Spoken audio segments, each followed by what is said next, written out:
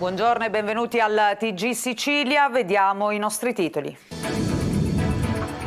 Scatta l'allerta rossa nelle province di Catania e Messina, condizioni meteo in peggioramento nella giornata di oggi su tutta l'isola dove sono previsti ancora venti di burrasca e piogge intense. Forti raffiche hanno colpito nelle ultime ore diversi comuni del Catanese danneggiando automobili e abitazioni. Sovraffollamento, carenza di personale e mancanza di assistenza psichiatrica. Parla il nuovo garante regionale dei diritti dei detenuti che fa un'analisi delle condizioni delle carceri siciliane. A Taormina via libera dalla Regione ad una proroga di 6 mesi per cardiochirurgia pediatrica. Le associazioni, sindaci e famiglie continuano la protesta contro la chiusura del centro d'eccellenza. Due catanesi. Calcio, Catania in cerca del nuovo allenatore per la prossima stagione di Serie C. 4 i nomi al vaglio della dirigenza rossazzurra.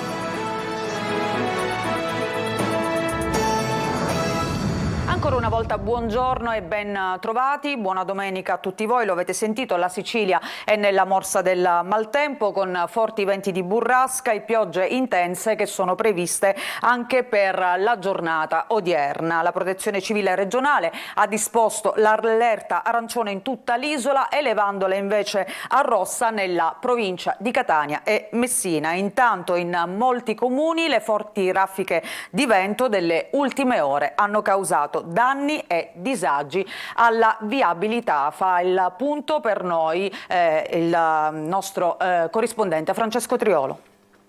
Temporali, localmente anche di forte intensità, ma soprattutto vento forte con burrasche previste insieme a mareggiate. Il quadro del maltempo in Sicilia si aggrava in maniera particolare sul quadrante nord-orientale, tanto che la Protezione Civile regionale ha disposto l'allerta arancione in tutta l'isola, innalzandola a rossa nella provincia di Messina e sulla costa ionica sino a Catania. Il maltempo, che si è abbattuto con piogge e violente raffiche di vento, non intende quindi lasciare la Sicilia. Sono oltre un centinaio gli interventi dei vigili del fuoco per danni causati dal maltempo, con alberi pericolanti, dissesti statici ed allagamenti. Le province maggiormente colpite sono Catania, dove è caduta una pioggia violenta intorno a mezzogiorno, Enna, Messina, Ragusa. Disposta la chiusura dei cimiteri comunali del Giardino Bellino e dei parchi comunali e la sospensione dei mercati rionali della domenica ed eventi e manifestazioni all'aperto. Nell'ordinanza il commissario straordinario del comune Piero Mattei raccomanda in particolare di evitare assembramenti nell'area del centro storico e della Movida e di limitare tra l'altro l'uso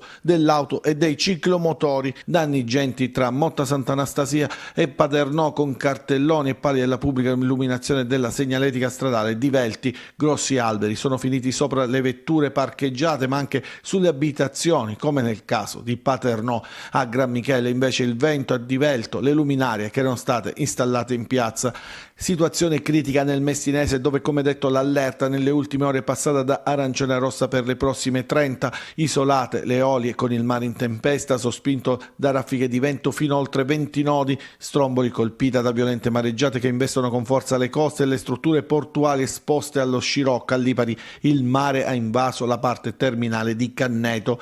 Problemi e disagi alla viabilità sulla A20, è stato chiuso per diverse ore il tratto tra Brolo e Torrenova a causa di un grosso albero che si è abbattuto sulla carreggiata. Raffiche di vento che hanno raggiunto punte superiori anche a 120 km/h hanno investito Sant'Agata di Militello, Capodorlando e il resto della provincia tirrenica. Vigili del fuoco al lavoro sulla strada statale 113 per rimuovere diversi rami e alberi caduti sulla carreggiata. Disagi anche nel trasporto ferroviario per il crollo di alberi e pannelli sulla linea ferrata, che è stata temporaneamente interrotta tra Capodorlando e Brolo, Sant'Agata e Caronia. E adesso cambiamo argomento, perché gli ultimi gravi fatti di cronaca avvenuti nelle carceri siciliane hanno richiamato l'intervento del nuovo garante regionale per i diritti dei detenuti, che alla luce della recente visita nel penitenziario di Augusta focalizza l'attenzione su sovraffollamento, carenza di personale e assistenza psichiatrica. Sentiamo Roberta Lunghi. Un'attenzione alle strutture, al personale, soprattutto agli uomini ristretti nelle carceri in Sicilia, dove valori e prospettive di chi ci vive cambiano. L'intervento del Garante per i diritti dei detenuti tocca tutte le corde. Il neoeletto in Sicilia, Santi Consolo, ha iniziato la sua attività ispettiva con il carcere di Augusta, che al momento ha offerto più di altri spunti di varia natura alla cronaca. Dall'introduzione di droga e cellulari nascosti in confezioni di alimenti, all'aggressione nei confronti di un sovrintendente di polizia penitenziaria, fino alla morte di 2 detenuti dopo un lungo periodo di sciopero della fame. Facce diverse di una medaglia che esige un'analisi, e il Garante comincia dai numeri di quel penitenziario. Del personale penitenziario che si attesta nel rapporto detenuti presenti e polizia penitenziaria che è dello 0,38, quindi nettamente più basso di quello che dovrebbe essere il dato regionale e nazionale, che si attesta allo 0,61. Poi vi è un sovraffollamento effettivo della popolazione detentiva che è del 140%. Sono 476 detenuti a fronte della capienza effettiva di 339 unità, diminuite al momento a causa della indisponibilità strutturale di alcune camere. Per questo il Garante ha proposto l'avvio di progetti per risolvere il problema da realizzare in economia con l'impiego di manodopera dei detenuti. E poi ci sono le persone. 2 detenuti che rifiutano il trattamento, altri la terapia, un altro detenuto che addirittura aveva iniziato lo sciopero della fame. Sul fronte sanitario l'istituto è dotato di guardia medica permanente, ma lo psichiatra dell'ASP interviene solo su richiesta, assistenza insufficiente per i tanti detenuti che presentano un elevato grado di disagio psichiatrico. Ed è qui che emerge un'altra carenza in Sicilia, dove esiste una sola articolazione di tutela di salute mentale presso l'istituto di Barcellona Pozzo di Gotto, ritenuta del tutto inadeguata. Quando avvengono questi eventi tragici, questo è l'epilogo di deficienze e carenze strutturali che non riescono a dare risposte a quelle che sono le situazioni di profonda crisi, tristezza, isolamento in cui si trovano queste persone. Appare così urgente attivare analoghe 2 strutture presso l'Istituto Pagliarelli di Palermo e presso l'Istituto di Siracusa, già programmate. La Regione ha prorogato per altri 6 mesi la convenzione per il centro di cardiochirurgia pediatrica dell'ospedale San Vincenzo di Taormina. Una decisione che però non ferma la protesta di associazioni, sindaci e famiglie del territorio che si oppongono alla chiusura di questo centro di eccellenza sanitaria. Ieri a Giardini Naxos è andata in scena una nuova manifestazione. C'era per noi Francesco Triolo. La firma ancora deve ufficialmente arrivare, anche se il presidente della regione Renato Schifani ha già dato il suo ok. La convenzione tra l'Istituto Bambin Gesù di Roma e il centro di cardiochirurgia pediatrica di Taormina, in scadenza del 31 luglio, potrà essere prorogata per 6 mesi in attesa di quello che dovrà essere il definitivo nuovo riassetto della struttura. Il presidente della regione ha già dato mandato all'ASP di Messina di operare in tal senso, dopo aver avuto delle interlocuzioni positive con il ministro della Salute, che doveva autorizzare la presenza nella regione di 2 centri di eccellenza dopo l'attivazione dal prossimo 1 luglio della cardiochirurgia pediatrica al Civico di Palermo, in collaborazione con la Fondazione San Donato di Milano, presieduta da Angelina Alfano, che poteva far venire meno l'esigenza di prorogare la convenzione del centro di eccellenza taorminese. Così erano partite le proteste della cittadinanza, delle istituzioni locali, di cittadini e parenti dei piccoli pazienti che arrivano dalla Sicilia, ma anche dalla Calabria e dal Meridione in generale, come quella che si è tenuta a Giardini Naxos, nonostante il maltempo. Noi genitori la speranza ce l'abbiamo, ce l'abbiamo perché qui stiamo parlando di bambini e speriamo che veramente dopo tanti anni di battaglie si arrivi veramente ad una conclusione positiva. La proroga tecnica della convenzione quindi scongiura momentaneamente la chiusura della cardiochirurgia pediatrica di Taormina e potrebbe portare al vero obiettivo finale, la nascita di un centro specialistico interregionale stabile che serva la Sicilia e la Calabria, un progetto a cui si lavora da tempo e che potrebbe vedere la sinergia tra le 2 regioni anche a livello economico per mantenere aperta la struttura, che è ormai un centro di eccellenza consolidato con 3 cardiochirurghi pediatrici in pianta stabile, reparti e personale affiatato che da 15 anni opera sul territorio. Parliamo adesso di salute e di alimentazione perché si conclude oggi la settimana mondiale per la riduzione del consumo di sale. Sentiamo i consigli del nutrizionista Giorgio Calabrese per limitarne l'uso e abbassare le probabilità di sviluppare patologie cardiovascolari. Francesco Aloi.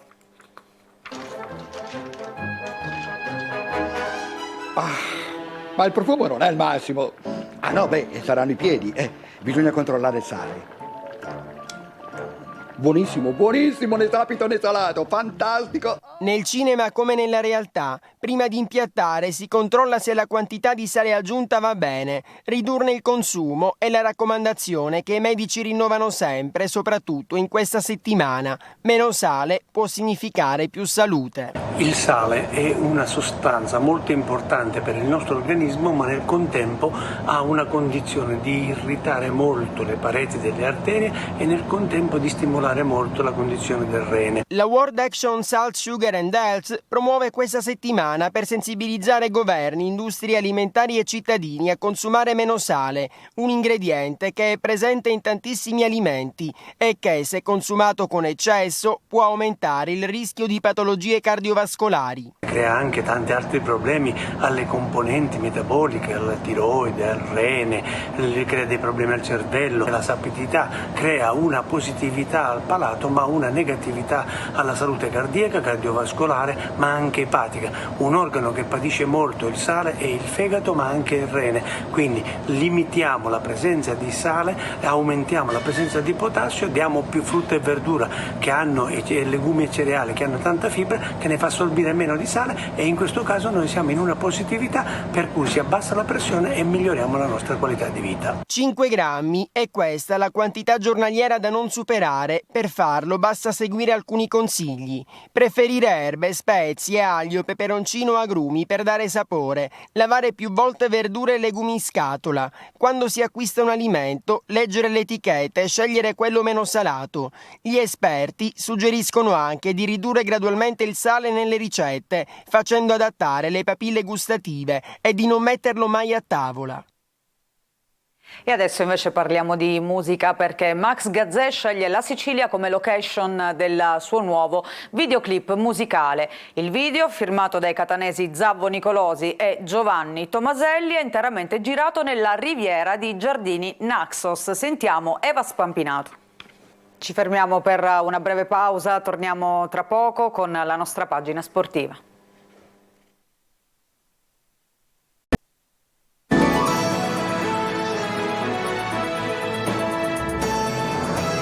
Ancora una volta ben trovati, seconda parte del TG Sicilia. Apriamo la nostra pagina sportiva parlando di calcio. Chiusa la stagione, il Catania pensa adesso al futuro. La prima scelta da compiere riguarda l'allenatore. Sono 4 i nomi su cui la dirigenza ha posto l'attenzione dopo Ferraro in Serie C. Sentiamo Marco Carli. Il Catania guarda già al futuro e anche al dopo Ferraro. Le parole del tecnico negli spogliatoi di Brindisi hanno fatto presagire quello che sarà con ogni probabilità il futuro. I contatti sono partiti da qualche tempo, procedura normale quando si tenta di capire la strada da intraprendere. Si è parlato anche con l'allenatore che ha riportato il Catania fra i pro, ma al momento si guarda ad altro e la dirigenza sfoglia la margherita. L'identikit sarebbe quello di un tecnico che sappia migliorare la squadra e le dia un'identità chiara.